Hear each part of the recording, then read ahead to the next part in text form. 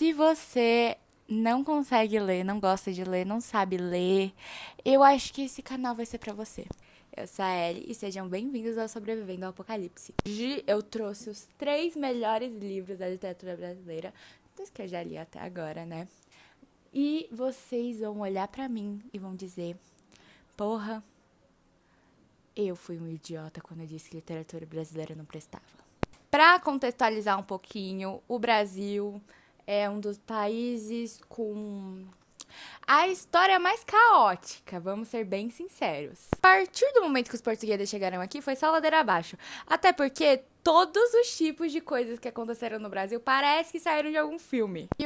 E o primeiro livro que eu vou recomendar, pra mim, ele veio de um dos períodos do Brasil que eu não entendo por que não tem nenhum filme da Marvel falando sobre esse período. Gente, foi um período em que eu acho que teriam. Se a gente vivesse no universo da Marvel, teria surgido tanto super vilão. Se você tá no nono, oitavo, se você. Ou ser historiador. E se você for um historiador, por favor, me segue. O primeiro livro que eu vou falar. Como é que eu posso explicar esse livro sem ser desmonetizada? É. Se você ainda não estudou isso na escola, cortiços surgiram. Cortiços são. Então, né? Todo mundo aqui já ouviu falar de um cortiço. Não. Mas, Nico, por que você tá com tanto medo de ser desmonetizado com um livrinho sobre um cortiço? A Luísa de Azevedo? O que foi aquela cena da pombinha? Aquilo não era esperado. Pra contextualizar um pouquinho o contexto do livro, se você ainda não estudou isso na escola, eu vou te dar um contexto. Cortiços são como favelas, mas tem outro nome. Eu não sei explicar muito bem a diferença, mas de uma maneira bem simples, cortiço era o nome antigo das favelas que surgiram durante século XIX, pós-abolição da escravidão. Caso você seja um leigo e acredite que a Lei Áurea foi feita a partir da bondade da Princesa Isabel e que a partir do momento em que as pessoas negras foram libertadas, elas se tornaram partes da cidade. Se você é burro e muito ignorante e acha que a Lei Áurea deu às pessoas negras e ex-escravizados e indígenas direitos de serem considerados seres humanos, parte da sociedade, eu vou tirar essa sua ideiazinha agora. Acontece que existe uma coisa linda chamada Miss. O Brasil, como todo mundo devia saber, é um dos países mais miscigenados. É por isso que eu falo que ser racista no Brasil é a coisa mais idiota possível. O que acontece é que eu não vou contextualizar porque isso aqui não é um vídeo de história. Isso aqui é um resumindo livros muito importantes para qualquer adolescente entender e conseguir usar na escola. Então nem me estressa. O que acontece é que nesse livro nós acompanhamos a história de um cortiço. E o Aloysio de Azevedo fez uma coisa muito interessante, na minha opinião, que foi colocar 1000 personagens. E todos esses 1000 personagens têm um caráter muito duvidoso. Quando eu digo muito duvidoso, é muito duvidoso mesmo. Os 3 personagens que pra mim são os que mais têm destaque são... No livro, a gente acompanha especificamente a história de todos os personagens. Nesse livro, a gente acompanha a história de todos os moradores do cortiço. Só que tem alguns que têm mais destaque. Um deles sendo a Pombinha. A Pombinha, ela deve ser a única com caráter que presta nesse livro. Porque ela é a mais jovem e esse apelido vem porque ela é a mais gentil. A minha Pombinha, a minha protegida, é a única que presta nesse livro. A Pombinha, pra começo de conversa, ela é uma das únicas alfabetizadas, então ela escreve as cartas, essas coisas. E ela está noiva de um carinha mais afortunadinho, né? Lembra que eu falei que eu tava com medo de ser desmonetizada? Então, aí que entra a parte interessante. Tô resumindo aqui, é muita história. O livro... ele acontece muita coisa. Mas eu escolhi só as minhas favoritas pra comentar aqui. Ou seja, 2, porque não tem como. Cara, são 10 histórias, sem zoeira. Podia fazer um vídeo só sobre o quão maluco esse livro é. Mas, de uma maneira bem simples, a Pombinha... Ela Eu não vou dar spoiler, mas assim. Como é que eu posso falar isso sem ser desmonetizada? Digamos que nesse cortiço tem um apartamento. Tem um lugar, especificamente nesse cortiço, né? Com trabalhadoras da profissão mais antiga do mundo. A Pombinha vai pra lá, sozinha, alone. Ela vai sozinha, sozinha. As pessoas chamam de lavanderia, mas todo mundo sabe que não é uma lavanderia. Nesse capítulo, se você tem algum tipo de gatilho com abuso, sugiro não ler esse livro. Ou pular esse capítulo. Uma das trabalhadoras da profissão mais antiga do mundo, aquela coisa, a Pombinha. Esse é um dos contos. Eu vou te chamar de conto, eu acho que. Não vou dizer conto, vou dizer capítulos. Mas. Da história. Gente, vocês têm noção de que isso acontece 5 capítulos antes de acabar?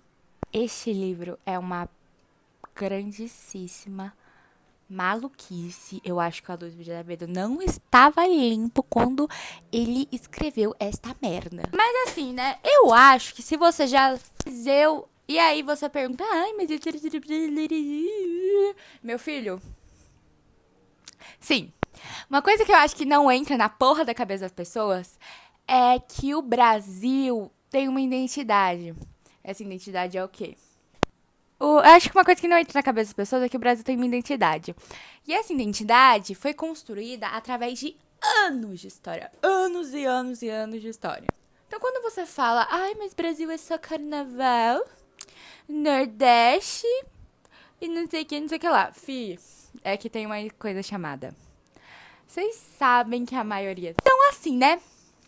É um dos clássicos da literatura brasileira. Eu sempre recomendo. Mas, se eu pudesse escolher um livro pra perguntar o que o autor tava pensando, eu poderia fazer um all-in de vocal Aloysio de Azevedo e perguntar que porra foi aquela. E ele não saberia me explicar porque ele admitiria. Eu estava completamente drogado quando eu escrevi essa merda. E agora pra um livro que é bem mais de boa quando eu digo muito mais de boa. Como eu gosto de fazer os outros sofrerem, eu vou recomendar agora outro livro. Meu segundo livro, ele é... Como é que eu posso explicar isso?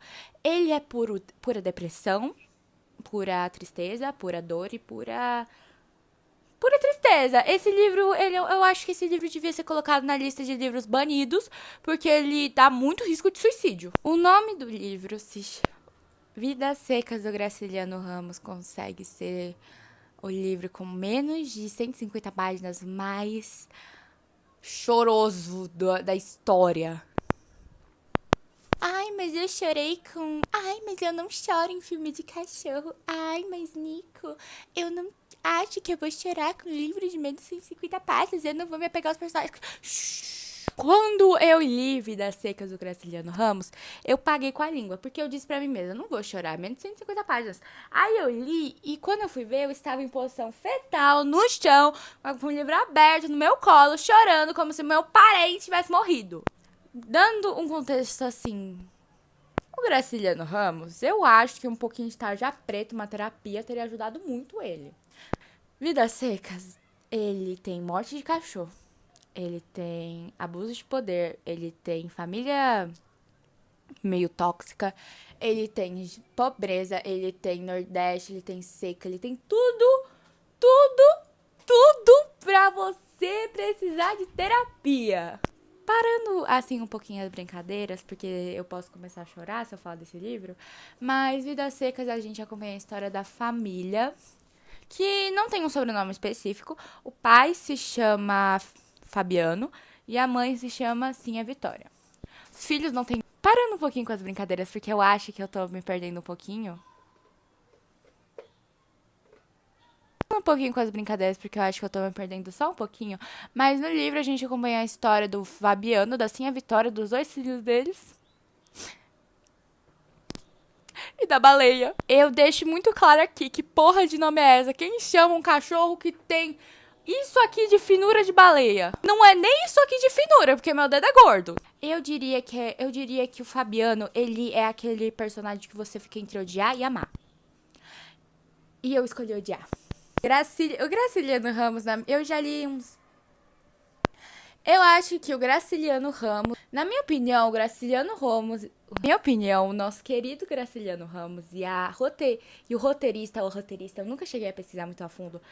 Na minha opinião, o Graciliano Ramos e a Margaret Atwood podem dar as mãos dadas em criar personagens complexos que fazem eu querer socar e abraçar eles ao mesmo tempo. Eu acho, na real, que o Graciliano consegue construir personagens melhores, porque a Margaret Atwood, não sei falar o nome dela, né, gringa, e e nesse canal nós exaltamos o Brasil. Então, se você me perguntar, Dostoiévski, esse aqui é um canal de exaltação ao nosso país. Então, se você me perguntar, você prefere gente pobre do Dostoiévski ou você prefere Luzes do Norte? Eu vou dizer Luzes do Norte. Assim, né? De uma maneira bem. Se você me perguntar se eu prefiro Dostoiévski ou Julia Mendes, Silvia Plath ou Clarice Lispector. Graciliano Ramos ou Osamu Dazai? Graciliano Ramos. Machado de Assis ou Fyodor Dostoiévski? Machado de Assis. Eu não sou a favor de exaltação da gringa. Eu sou a favor de exaltação do nosso país. A gente pode ignorar que eu tô cheia de livro gringo aqui nessa estante. Mas não importa nesse momento. Até porque eu sou hipócrita.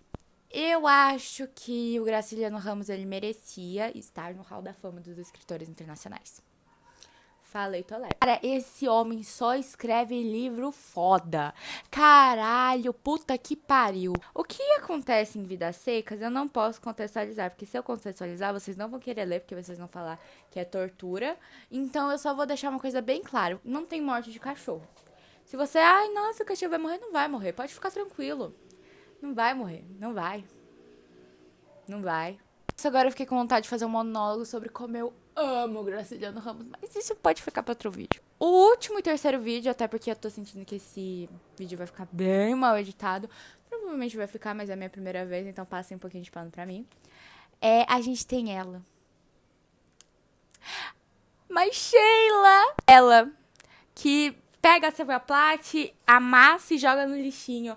Ela que faz a Virginia Woolf se revirar no túmulo toda vez que o nome dela é citado, porque ela sabe que nunca vai se equiparar a ela. Ela que saiu no New York Times, a nossa ucraniana brasileira favorita, que tem o melhor fio, que tem uma depressão severa, que nunca admitiu, mas provavelmente era muito. Ela, a suicida. Ela. Clarice Lispector. Eu tenho uma blusa e eu acho que eu não sei se vocês vão conseguir ver, mas na etiqueta da minha blusa tá aqui, ó. Cadelinha da Clarice Lispector. Sou cadelinha dessa mulher. Eu não sei se dá pra ver, mas eu tenho aqui uma tatuagem. Eu não sei se vai dar pra ver, mas eu tenho uma tatuagem aqui escrito Cadelinha da Clarice Lispector. Esta mulher consegue fazer de tudo. Ela conseguia fazer com tudo. Eu acho que eu não consigo escolher um livro dela pra recomendar. Mentira, eu consigo. Mas é que eu não tô afim de... É que eu já recomendei. O Cortiço e Vidas Secas. Vocês querem o quê? Quer ler coisa boa? Leia. Laços de Família. Todo mundo sempre recomenda... Se você quer começar a ler Clarice Lispector, minha dica, Laços de Família. Homem, esse... Puta que pariu, este livro, pra minha opinião, é um dos melhores dela, porque são contos. Então você lê um e depois morre de tédio.